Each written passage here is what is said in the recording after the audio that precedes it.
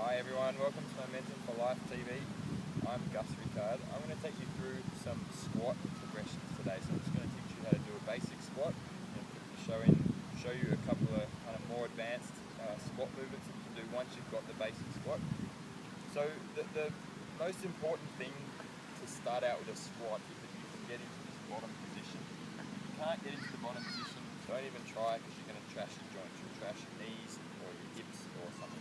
So if you can get down into that position there, with your knees tracking over your toes, you're maintaining extension through your lumbar spine, so you're not rounding out, and your thighs are below parallel. So below parallel is the point where a marble would roll from your knees down to your thighs. If you can hold that position, you can get down there, then you can start training a squat. Easy squat will just be a front squat, holding the kettlebell on your chest, supporting the weight underneath it. Rest on your chest, just sinking down to that bottom position and extending up to the top. If you can't get into that bottom position, you need to work out whether you're being restricted at the hip or the ankle. So a way to test at the hip is just to do the waiter's bow stretch, where you're keeping your knees locked, keeping that extension through your back. So you should be able to get a 90-degree angle at the hip here. If you can't get 90 degrees out, then your hamstrings are restricting you. You're going to need to do that exercise as a stretch. So you can start off just holding it for a minute, 2 minutes, and just keep getting deeper and deeper into the stretch without letting your back round out, and that'll help you get your hips down into that bottom position.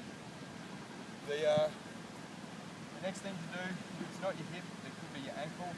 So you want to just keeping your foot flat, not letting it pronate in. Just drive your knee over your toes. The crease of your knee here should reach over your big toe. If it can't reach, then you're restricted at your ankle, and you need to either do that as a mobilization, which may work in itself, or you may need to come to Momentum for Life and kind of get one of us to work on you and to do some manual stuff on your ankle or your hip. So let's assume you've got that bottom position, you've trained your squat, and you want to take it a little bit further.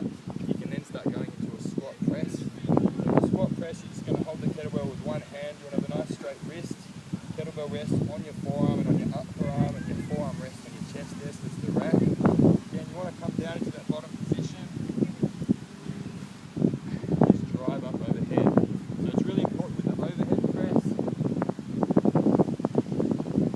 that you have mobility through your thoracic spine.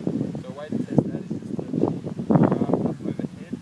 Your arm can get straight up overhead, and your thoracic spine is extending, and you're not extending your back, and you have proper mobility.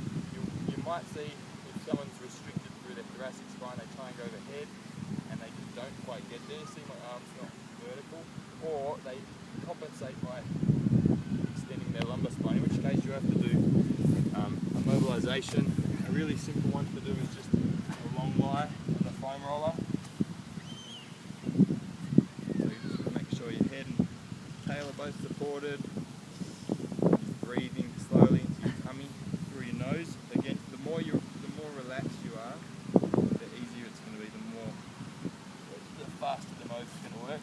You can kind of then go into a more advanced one where you're just lying across the roller with it at your thoracic spine. Link your hands behind your neck. You're just going to go with your breath. So you're just breathing out on the way down, in on the way up. Just do 3 to 5 reps and roll down just an inch, or just one motion segment at your spine. So if you roll down about that much, do the same thing again for 3 to 5, and then again. Remember, with your spine, you never want to feel any pain. A little bit of discomfort's okay, but if there's pain, just stop. Refer out, go and see an osteopath, or shoot us an email or something like that. We can kind of work out what's going on. So once you are mobile enough and you can pass that thoracic extension test, you can start doing the squat press. You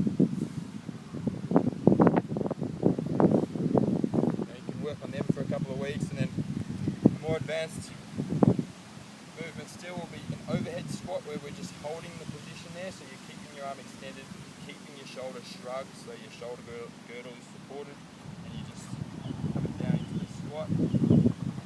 Maintaining that overhead position.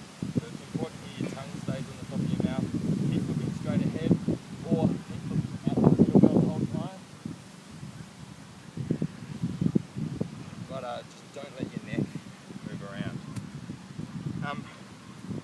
So that's just an easy way to kind of progress yourself from the basic squat position into more advanced squat stuff.